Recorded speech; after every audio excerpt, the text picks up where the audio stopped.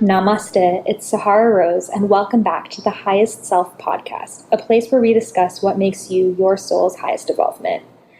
I am jumping with joy to share today's episode with you because it is seriously a full circle in my life. Today, I am interviewing my teacher, my shamanic teacher, Malaika, all about 5 elements, shamanic dance activation, the work that she does, the body healing, the balance of the divine feminine and masculine energies, all of the juicy things that really transformed my life. And I got to interview her, and I'm so excited to share it with you.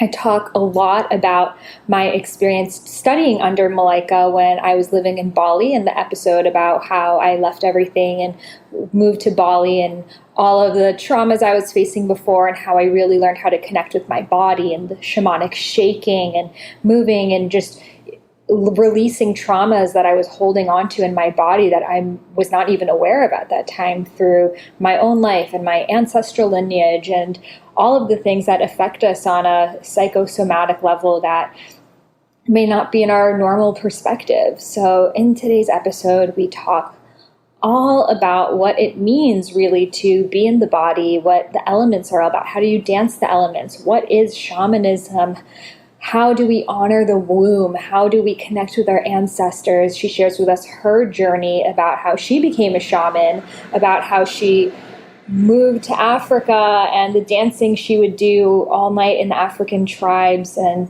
calling forth the ancestors that would come about. I don't want to give it all away, but so much juicy stuff in this episode. So I'm really excited to share this truly sacred and ceremonial woman with you who has definitely ecstatically changed my life.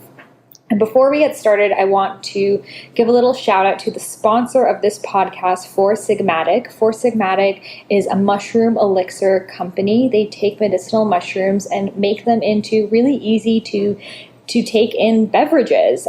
They're all in individual served packets. They have so many different varieties, from reishi, which is one that I take every day. It's really good for healing your adrenals and calming your system down and helping your body deal with stress more easily, which is something that I think we all could use a little bit more of.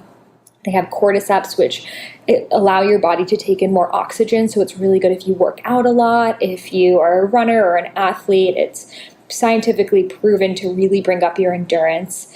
And it's a really good replacement for coffee too. They even have a coffee cordyceps, which gives you that energy of coffee, but using the mushroom so that high doesn't crash down after. They have chaga, which is considered the queen of mushrooms, and reishi, which is also I talked about reishi, very, very calming. They have lion's mane, which is another very energizing one. So I did an interview with the founder, Taro, so check that out. It's, I think, episode 47, and we talked all about the healing mushrooms and what they do for our body. So if you want to try it yourself, Four Sigmatic has offered Highest Self podcast listeners a 15% off discount if you just go on Four Sigmatic, FOURSIGMATIC.com/Sahara, SAHARA. You will get 15% off your mushrooms. I also love the hot chocolate one. That is so good. It has the reishi in it. It's called Chill Out Vibes. So you're like drinking hot chocolate and with the extra chilling benefits of the reishi mushroom. So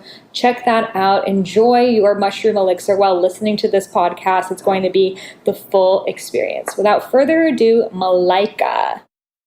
Malaika, welcome to the Highest Self podcast. It's so great to have you here. Thank you so much, Sahara. It's like absolutely so fantastic to hear your voice again after all those years. I'm honored to be on your podcast. Oh my God, what a dream. And we were just chatting about how much has happened in 4 years, all thanks to really the seeds of growth that you implanted in me during our time together. So thank you. Yeah, well, thank you. And thank you for bearing such sweet fruit. So the first question that I want to ask you is, what makes you your highest self? What makes me my highest self? My highest self is me showing up for me in all my authenticity, is me tuning into my feelings and being a witness of my thoughts. And when my thoughts spiral into something that I'm not, to remind myself that I truly am a divine spark of the universe, like all of us, and to do some sort of practice to bring myself back to that awareness.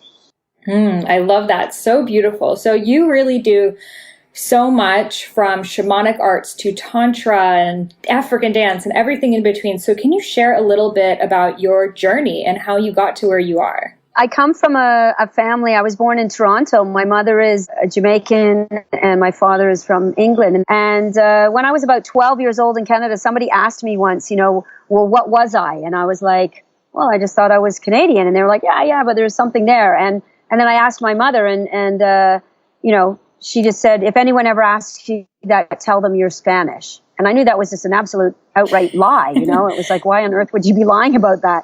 And it kind of set me on this path of like wanting to know about my ancestry. That caused a lot of problems in my family, because it was kind of, they had swept everything under the carpet and just wanted to be white and Canadian. And I just knew there was something else there. So Spirit really guided the whole journey and took me all over the world, which I'm super grateful for, to my ancestors.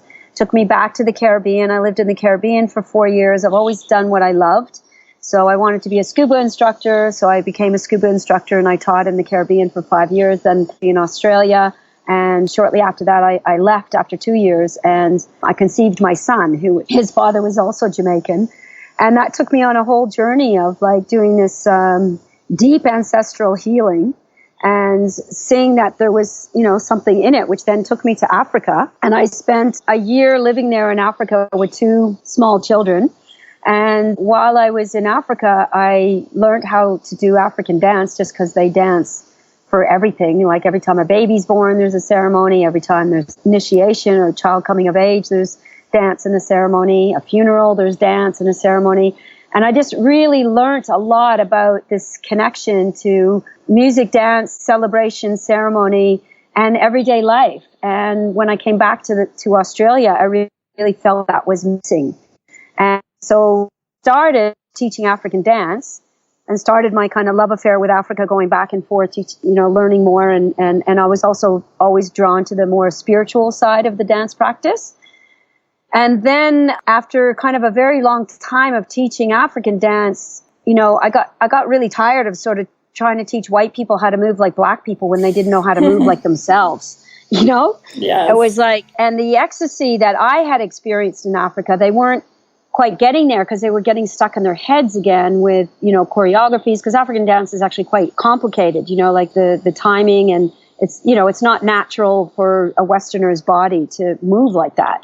But for me, I guess it came very natural because of my Jamaican my heritage, Mm-hmm. So I really realized that people were actually not even in their bodies. So, it didn't matter like getting it from that place of like deep in the roots of their bodies and their bones. And so I started bringing in the ancestral work and realizing, like, especially in Australia, there was so much shame around their ancestors and where they came from, which I found like just crazy, They would rather say they were from the moon and Mars than say they were from England. And so this kind of like triggered me on to like a whole thing of, if you don't love where you come from, and own that part of you because it's part of your DNA and your physical body, then there's also this self-loathing towards your physical body. And then I started like really diving into looking at how many people actually were completely in disassociation from their body and complete disassociation from the earth. And I had a real love affair. I've always had like an incredible love affair with the earth. When I was really young, I used to take food out and leave it under the trees in my backyard in Toronto, and my mother would get upset with me and, what are you doing, child? You're doing voodoo or something, and unbeknownst to me, it's not, now I live in Bali where they feed the spirits all the time. And that's what I was doing. It was just like a very natural thing for me to be in touch with the unseen realms. And, so spirit kind of guided me on that journey. And, I've been very, very sad with the path that our capitalistic dominant culture has taken us in, which has so little regard for the earth. And, when I was in America and working with so many people that were on so many different medications for everything from depression, anxiety, overwhelm, stress, just whatever it was, little children on Ritalin for ADDH and all these boxes and things they were putting people into. And for me, the core cause of all of it was just an absolute disconnection from community, from themselves, from their own body, and from the earth. Mm-hmm. And if you're disconnected from the earth, then you're not gonna be nice to it. You're gonna just think that throwing your pollution is an okay thing to do, or chopping down the trees is like there's no consequences with that. Whereas if you rebuild this awareness that we are part of the web, we are not the full web. We are a part of this incredible web of life. And it's such an incredible gift to have a body and to have a consciousness that's residing inside flesh that animates, the consciousness animates the flesh. And we're creatrixes if we're feminine. And, so bringing that awareness through dance and movement to get people back into their bodies has been just my life's work. I guess I've just been doing ceremonies and rituals, and everything is involved, like movement and community and circle, and just, to bring people back together again. And, a lot of people, they have that experience when they come and do something with me of like, wow, I didn't even realize that was the piece that was missing, because it's not everybody's kind of looking and searching for something, but they don't even know until they have a sensation of it, mm-hmm. this sensation of circle and community and connection. And it's like opening the cage and setting your heart free, and that Mother Earth really needs each one of us right now to ignite that spark that is unique to you in what you came here to do. And, our corporate world and our, capitalistic world that we've set up has sort of goes against all of that, and in fact, it promotes self-loathing. It promotes that unworthiness, because basically when you're feeling like that, then the marketing agenda can market anything to you. Buy this and you'll be happy. Buy that and you'll find your happiness. Buy this and then you'll feel free, and it's like, well, it's all bullshit, really. So, because there is no such thing as financial freedom. Mm-hmm. I know plenty of millionaires, and they can be the most unhappy people in the world, So, but the freedom comes when you're living your life on purpose, when you're doing what you came here to do.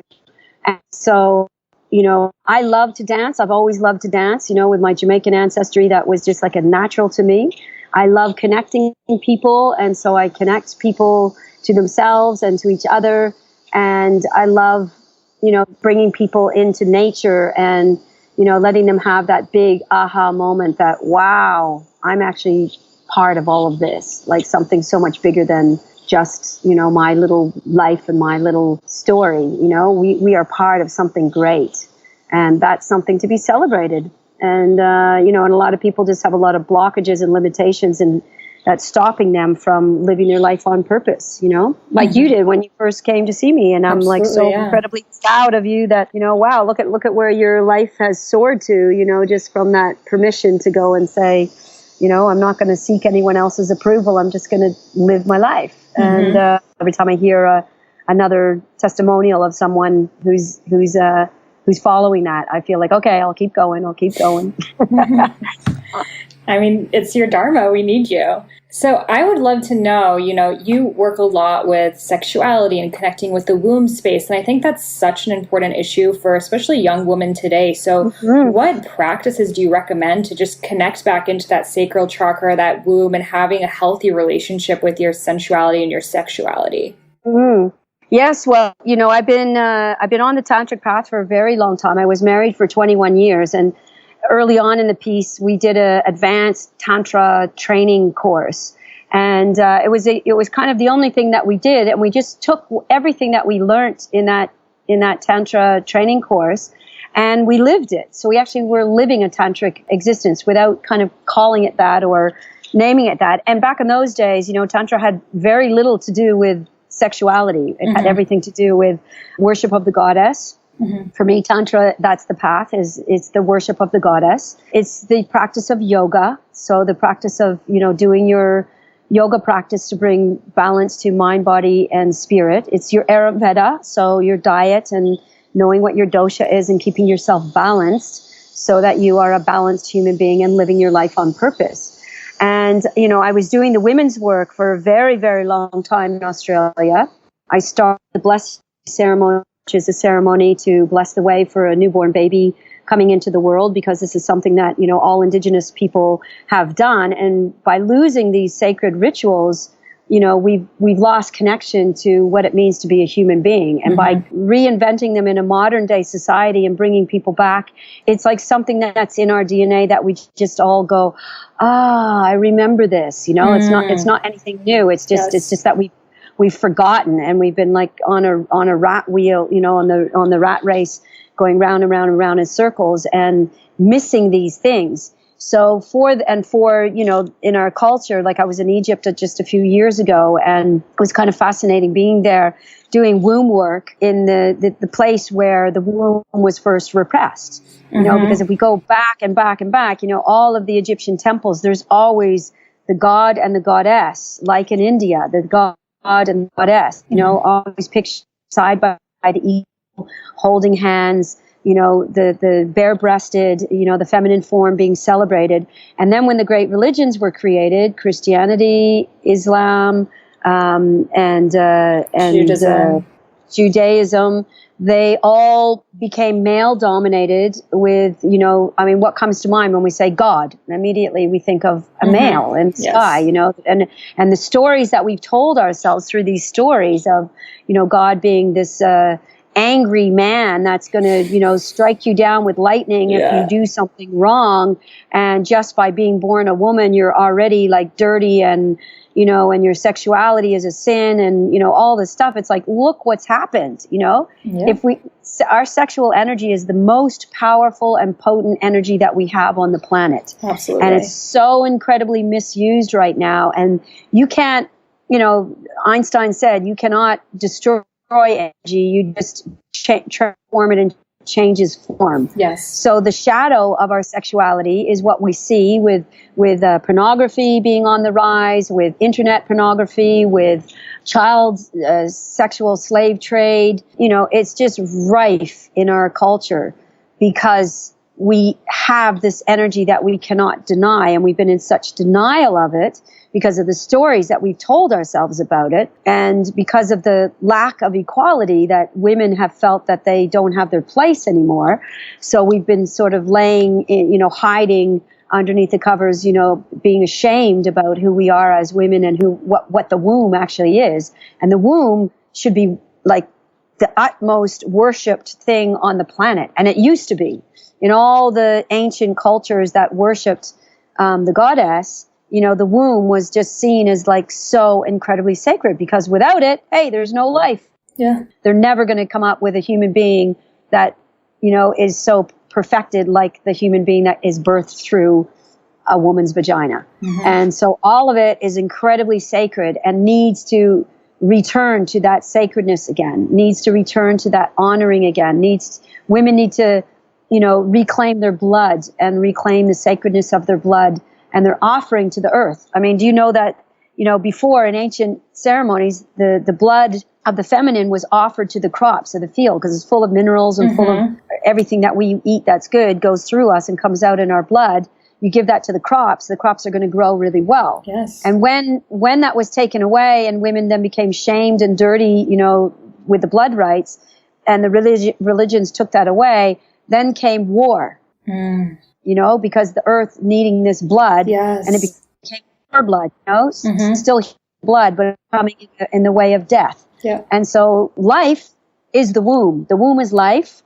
War, and, when we disconnect from that feminine, and I'm not saying feminine being just in the woman, the feminine that has been repressed in the masculine as well, in men, they've suffered even more almost as well, from this whole repression. When we see the rebirth of Tantra coming back into society again, it's because this energy, this Shakti energy on the planet, which is life force energy. So it's like these are universal principles that in the Hindu religion, they understood these principles of the universe, the balance of the universe, and they were personified into gods and goddesses, but they're actually principles that move through each human being. And the stories, like the stories in the Bhagavad Gita and in the tantric stories and mythologies, they are stories to tell us how to regain that balance.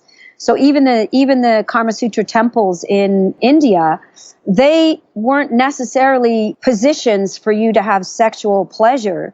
They were metaphors of what ways you needed to bring the Ida and Pingala nadis that are inside of each person, this polarity of the masculine and the feminine, to bring it into balance within your own heart. And so the sacred union is actually the union that's happening in your own heart. And when you are a whole being and there's not this need of the other, and you come to this place of worship, and the masculine is coming to the feminine in worship of her body as an emanation of the goddess, and the sacred union that's happening, it's an offering back to the goddess. It's an offering back to that Shakti moving principle of the universe. And you're bringing in the presence of the Shiva, pure presence in honoring all that wants to move through the female form. So, what I've been seeing, just all over the world is this rise in all the full-on sexuality. I guess the pendulum swings so far one way, it's got to swing so far the other way. And people are like, yeah, okay, we're coming out of the closet from all our guilt and shame, and we want to reclaim this. But there's been a lot of trauma, not Tantra. Mm-hmm.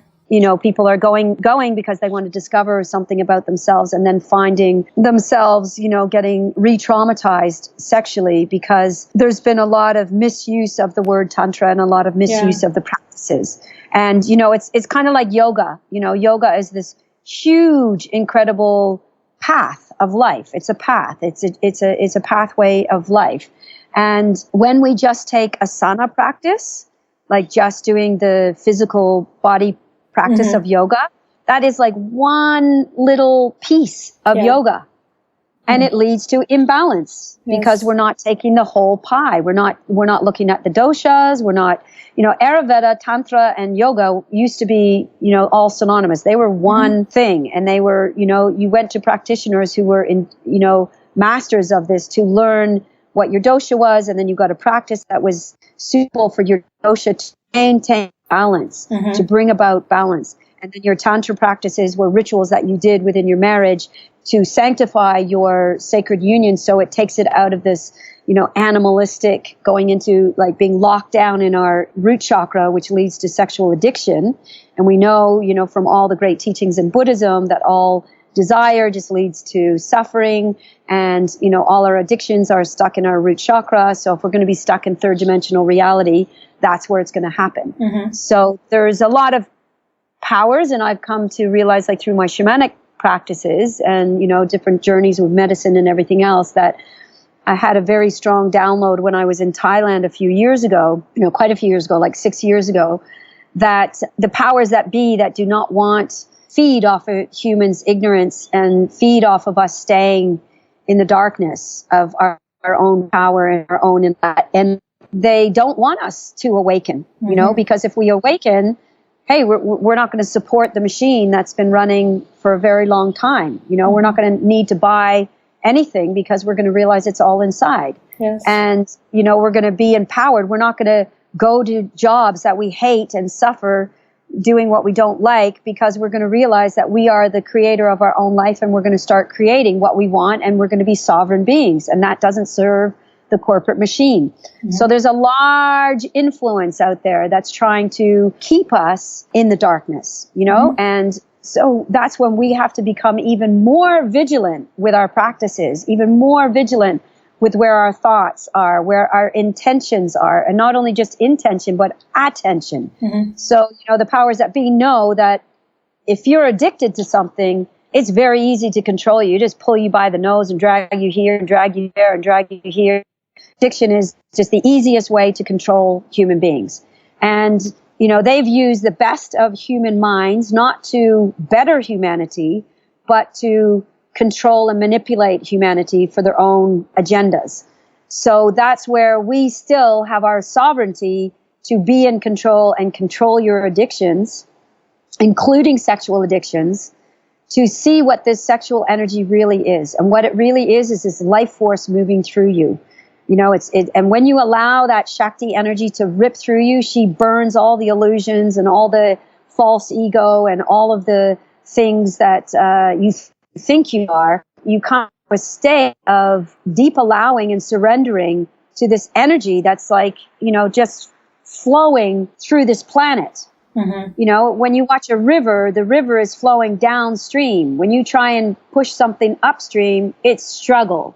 So when you turn that boat around and you go with the flow, it's like you just said about, when you got home and one thing led to another and you were divinely guided to, who was going to help you with the book and who was going to publish it. And, then Deepak Chopra signing on with you. I mean, all these things. It's just when you finally surrendered to your divine purpose and you allowed that Shakti energy that was like bursting at the seams, with you saying, this is what I want to do. This is what I want to do. But I have this repression of, my parents not allowing me to do it. But when you finally surrender to that place of going, this is what I'm just here to do this and I take all risks, and it's scary as hell because you're stepping outside of the paradigm that, everybody's being held in so tightly that stepping off the edge is literally being the fool in the fool card. It's stepping off the edge going, oh my God, I don't know what's going to happen, but it's better than being in a cage.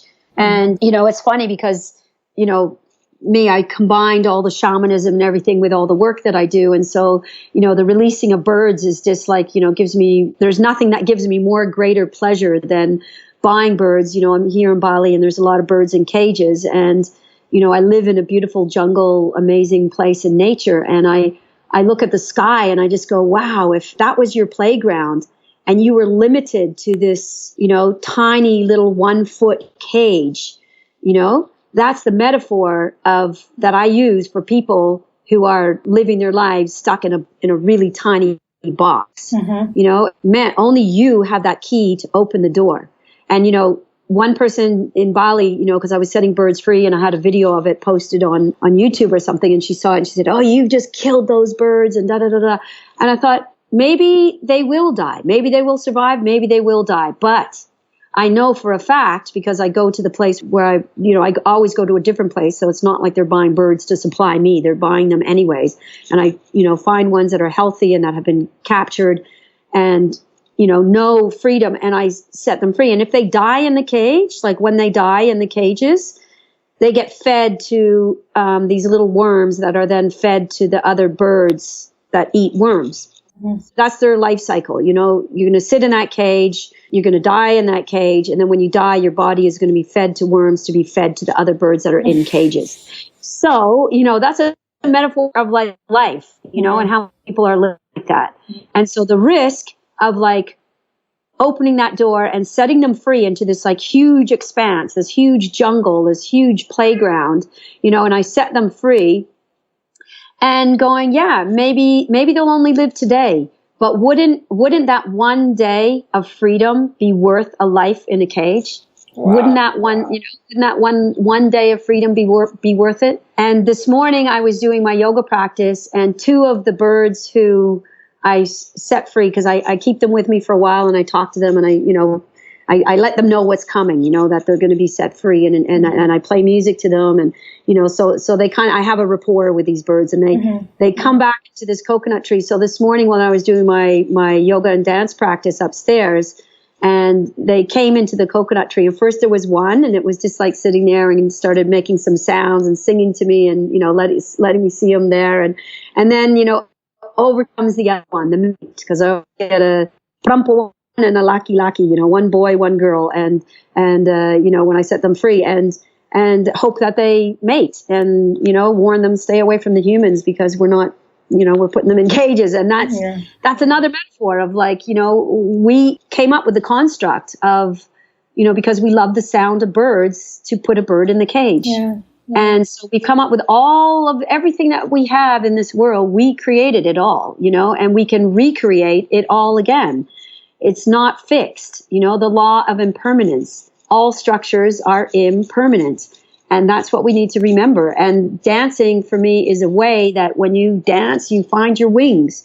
You start dissolving the cage that's around your own heart by getting in touch with the Shakti life force that flows through every single person. As long as you're breathing, Shakti is flowing through you. And it doesn't matter whether you're a woman or a man. When a man is lost, just in the flow, or when he's playing his guitar and he's just in the flow, that's Shakti that's moving through him. When you're making love through both people, through the masculine and the feminine, that's Shakti who's flowing through both of you. And Shiva is the pure presence. That's the eye contact, when you have eye contact with someone and you're making love and you're not lost in some fantasy or something else, and you're actually really present with another soul, and you're making this, your sexual energy and offering back to source and back to the goddess. That's when it takes it to the next level. And that's heart expanding. That's, like what I'm seeing in the tantric world at the moment is there's a lot of focus on the heart, and a lot of focus on genitals and, what they do. And it's like, they just do what they're going to do. You know what I mean? It's like, as long as everything's healthy, and when you're healthy and happy and whole, all that stuff just comes natural. You know what I mean? It's like natural for women to have orgasm. It's natural for us to produce amrita, the female ejaculation. We don't need to learn these things. What we do need to learn is how to stay present and how to keep our hearts wide open and to face our fears and to be with our pain and our shadows and to be courageous enough to dance through them. So, that's the most important thing, really, in my eyes anyways. And, I'm a work in progress. I'm dealing with stuff all the time. It's like one day life is amazing and I'm on top of the world. And the next day I'm facing my shadow or something else. And, I have my own processes to try and keep myself on track. And that's all we can do, really. So, yeah. Of course. Well, you're doing an amazing job. To me, you're perfect. You got it. You got it all. So I would love for you to explain for listeners, what is 5 elements shamanic dance activation? So, as I said, I started with the African dance and realized that, got tired of teaching white people how to move like black people, and they didn't know how to move like themselves. And, wanted people to get more connected. I loved my yoga practice, but I was finding yoga was like too yang in some ways, you know, like it was very, structured. Yes. Yeah. And just not flowing. I was like, man, I never seen a dog do downward dog like that. Like they come into it with a flow, they stretch their body. So I created this. Oh, and then I did, Ayurveda was a part of my yoga teacher training, Tantra and Ayurveda. And it was like a light bulb going off through all my rituals and ceremonies. I'd been doing like fire walks and sweat lodges and, just everything to do with the 4 elements, but I hadn't just dropped into the 5th element. And the 5th element is space, ether, and there's more ether than there is anything else. Yeah. And literally it was like a light bulb going off inside, and the whole dance practice as it is was like literally downloaded. So it's basically it's a practice, it's a deep meditation to support people to get out of their heads, get back in their bodies, reconnect to the earth, reconnect to each other, come back into flow, reconnect to their breath so that their mind can, give their mind a task, because our minds never stop. The thoughts never stop and go away. We, this illusion of, deep meditation and I'm going to, have a quiet mind. It's like, that doesn't really, as illusionary as financial freedom. It's, the thoughts are just there, but you're not taking the bait, so you have to give this monkey mind a task. So that's why we breathe throughout the practice. And as you know, the breath is like super, super powerful because it takes us into altered states of consciousness, which is, where many of us have gone through medicine journeys. And through my medicine journeys, I've realized I don't want to have to rely on anything to have this experience, because I know that it's all inside of me. So this is really an empowerment practice to take people into that state of deep self-love, connection, grounding to the earth, shaking to move the fear that gets lodged in the nervous system. If we see, if we witness animals, like if you witness on the savannah a little gazelle that's being chased by a lion, and if the lion doesn't shit, then it's had like a huge adrenaline boost to run and get away and escape. And once it's escaped and once it's found safety, it will go and shake its body for like 15 minutes, releasing that fear out of its system. So now we as human beings, we have fear happen, scary things happen right from the day we're born, come out into the world, you're smacked on the bum, your umbilical cord is cut, your life supply. For some men, their foreskin, their most sensitive part of their body, their genitals is cut, like circumcising the male, at birth. It's barbaric, you know what I mean? Mm-hmm. There's a lot of trauma going on this planet and a lot of fear. And so we need to dive deeply into the felt sense of the body, because this body is like ancient. It's so old. And by shaking, we release the traumas and the fears that are held in the actual tissues of the body. And then we bring the mind into focus and balance, meditation and connection. After we've exhausted that physical trauma, then we can deeply rest and have a sensation and a taste of what it feels like to be connected to that place that's always content, that's always happy, that's calm, that loves you so unconditionally, and is connected to, you feel that deep connection to the one, whatever you want to call that, God, goddess, consciousness, source, but you feel that deep, deep, deep connection that, you're connected to that. I love it. And to great world music, because I love music. I love DJing. Music, yes. I love good music, I like good music that makes you want to move, because of, my experience of living in Africa and going to ceremonies there. I mean, the drums would just go. I really miss that, that energy at a ceremony, that just on human energy alone, we would get so incredibly high and dance until the sun came up with no drugs and no intoxicants, and you would be, higher than a kite. And, and it was always at about 4:00 in the morning when the portal would open from that human vibration of vibrating energy at a really, fast pace with the drums and everything, that suddenly the ancestors would come through and people would start getting possessed. And, and then they would go into some sort of possession ceremony where you could commune with the ancestors and they'd actually be there in the ceremony. And I really miss that, and I can see how in our culture, we're all longing for it. I go to a lot of festivals and do this work at a lot of festivals as well. And, it's always fascinating to me to see, the younger generation is, they're waking up, they're getting it. Yeah. So, there's this whole thing is happening, but it's really mixed in with the drugs, it's really mixed in with the drug culture. So unfortunately, that Shiva presence with what you're doing at the festival, and it's unfortunately is really mixed in with the drug culture. So we're missing that opportunity of having that community gathering without all the drugs and everything else, and that's really sad. So because we can't get there without that. Absolutely. So where can people connect with you, and when are your upcoming retreats? Okay, so I'm living in Bali, in paradise, and my first retreat coming up is called Soul to Soul, which is a retreat for men and women. We will be doing soft intimacy and tantric exercises, as well as each day doing a different dance practice, a different process, and the food as well is all vegan, vegetarian, and it's in the most epic location in the rice fields here in Ubud, and that's coming up in March, very soon, March 19th to the 24th. And it's all food, accommodation, everything provided. So all you have to do is just turn up and have this incredible experience. Yeah, it's really pretty amazing. And you can find out more at my website, which is www.inmyelements.com. That's elements with an S. And you can find me on Facebook as well. And then coming up, I have a facilitator's training, which the prerequisite is Elemental Awakening Retreat, which is a retreat that happens from the 16th to the 24th of April. And after that, you have a couple of days in between. That's, again, a deep connection and going through our shadow work to bring you up to par, to actually step into the role of being a facilitator. And the facilitator training begins on the 24th of May and goes until the 24th of April until the 5th of May. 2018, and that's held on the beach.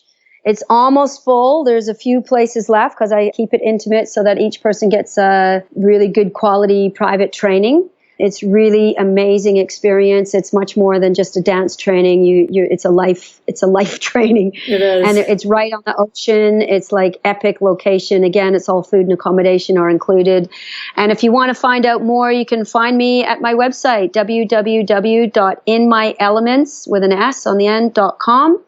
And I do private sessions from home, private tantra sessions at home, healing shamanic sessions as well, and private initiation ceremonies. I did that just recently, and that was pretty epic with groups of just 2 people. If there's 2 people that can't come to a retreat but want to do a private initiation ceremony, I'm offering those as well here in Bali. It's an amazing place to connect to nature and reconnect to yourself, and it really supports the work that I do. And yeah, so I thank you so much for listening.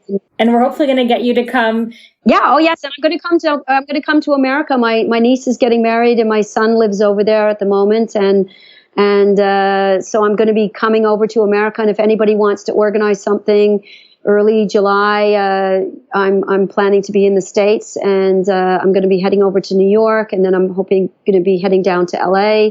And I would, just love to offer, if someone wants to organize, I just really like to turn up and do my thing and not have to do all the organizing. That kind of not shaman's forte. Yeah. So this is a call to anyone who's like, I want to do this training. I'm all about it, and wants to get involved in making this also a career path.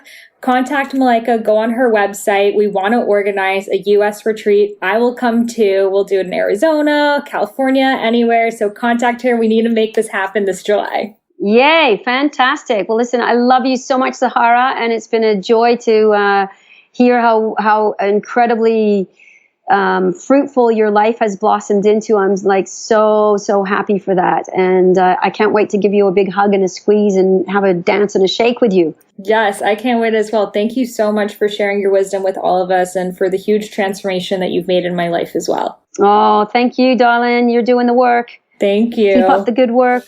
Namaste.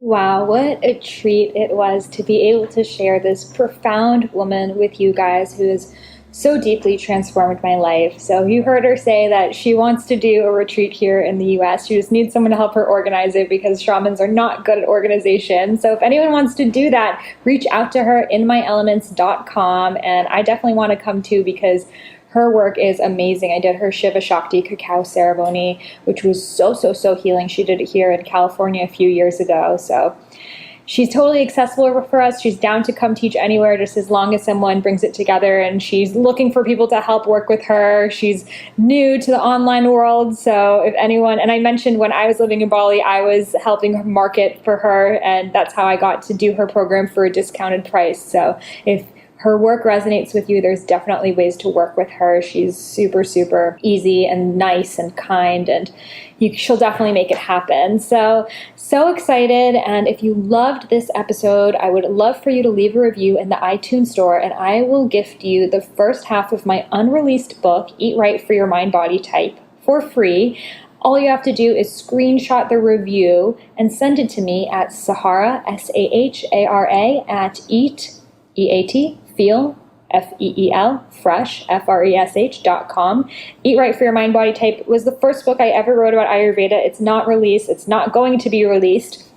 It is the book that I wrote while I was in Bali, while I was training with Malaika. I was actually writing this book. It infuses ancient Ayurvedic practices with modern nutritional science. And it's something that has been sitting on my computer for many years now, and I've wanted to share it with people. I graphic designed it and edited it all myself. So you'll see it has a lot of my personality in it and a lot of really good info. Everyone who's got it has been loving it so far. So it's totally free. The first half is free for you. All you have to do is screenshot your iTunes review of this podcast. You can just go on the iTunes store, look up Highest Self Podcast, write a nice review, screenshot it to me, email it to me, Sahara@eatfeelfresh.com, and I will send you over the first half of my unreleased book. Thank you guys so much for listening. I hope this interview expanded your mind, touched your heart, and made you feel more connected to your body. Namaste.